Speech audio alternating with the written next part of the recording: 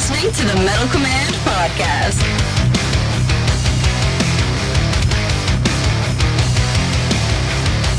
Greetings, everybody, and welcome to another edition of the Metal Command Podcast. Tony here with you, and today I'm here to talk about my album of the month, which is, of course, Iron Savior with the album Firestar.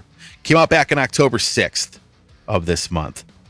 And for those of you that saw the previous video, I did comment on this album briefly, gave some initial thoughts on what I thought of the album.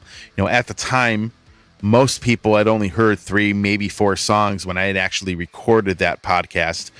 And, you know, I'd been listening to the whole album for probably 2 or 3 weeks at that point. And in that, I made a very bold statement. I said, this is the best album I think they've ever done. And I don't say that lightly. But I didn't do the review back then because it was still, you know, that and the Warcurse album I was talking about, you know, I was still sort of new to these records.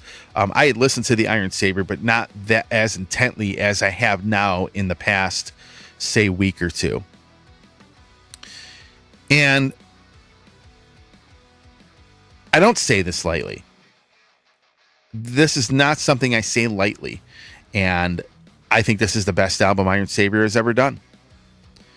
Skycrest was the album of the year in 2020.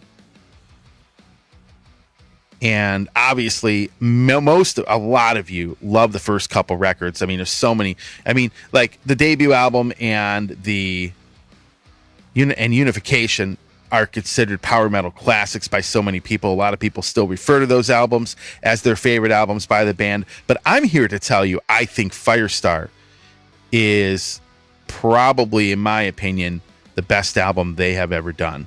In fact, I think it is the best album they've ever done. You know, I have followed this band for a long time. Since the debut came out. The debut came out, my show started not long after. Pete came on my show not long after that. And the first 2 albums in the EP have a pretty special place for me as far as like doing my radio show and doing what I'm doing now. Now, I'm not, again, as I've said before, I'm not one of these people that gets stuck on a record. I love the album The Landing. I think that's probably one of the best Iron Savior albums that's ever been done. Skycrest, obviously, being the one that came out 3 years ago, is definitely in the top 5, definitely.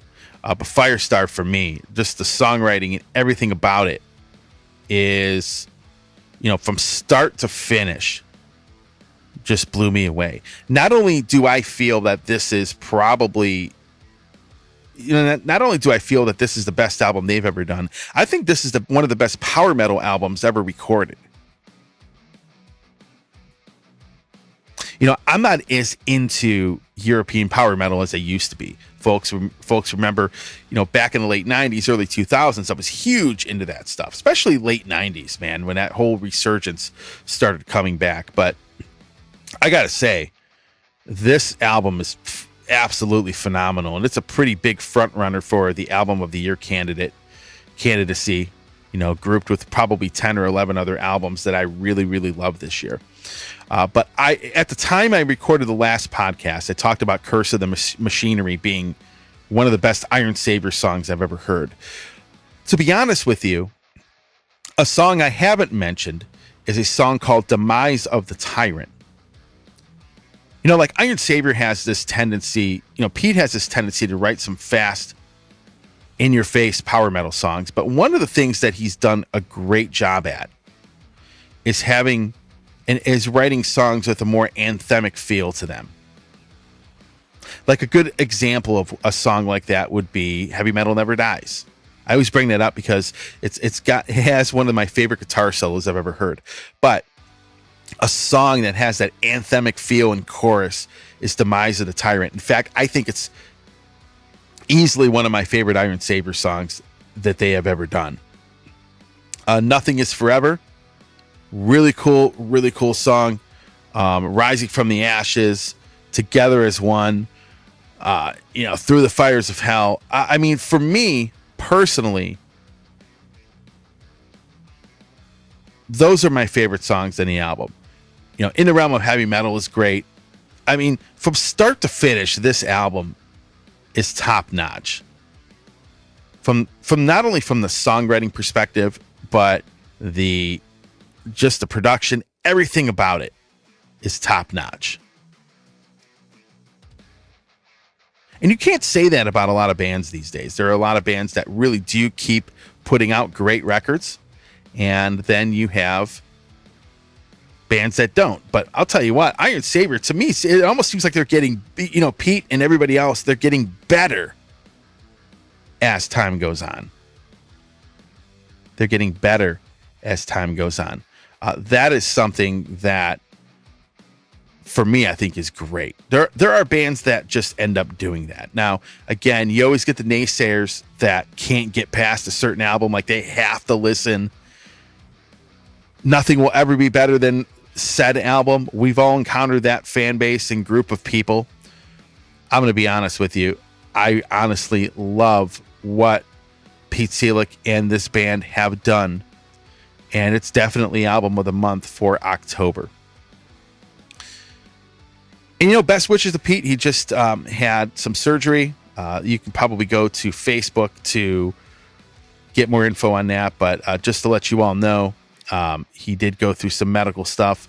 I'm not going to get into it too much here, but I can tell you what, man, if there's a good guy, first of all, I'm happy he came out of that in good spirits and intact, and that I'm happy for the fact he's still going to be around for quite some time now. Anytime someone goes and gets surgery, you're always like, I really hope nothing bad happens, but props to him. For those of you that do follow the band, knew about what was going on, and who haven't gone on social media, he came out of that surgery in very good shape, and will definitely recover pretty quickly probably from it. So props to him. Pete is one of the good guys in the scene. Definitely, I've been around a lot of musicians. I've been around a lot of people in the music scene, and if there was one of the guys that one of the people that I would consider one of the good guys in the scene, it's definitely Pete Seelig. Great person, extremely talented songwriter.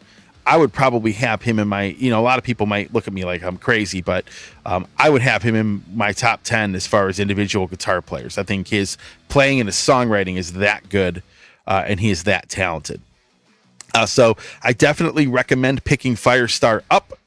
Definitely a 10 out of 10 for me personally, but a great record nonetheless, and definitely not only deserving of the album of the month for October, but definitely deserving of being an album of the year candidate, which this album definitely is.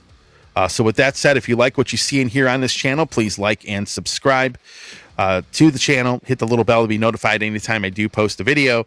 And of course, leave a comment. What do you think of Iron Saber's new album entitled Firestar?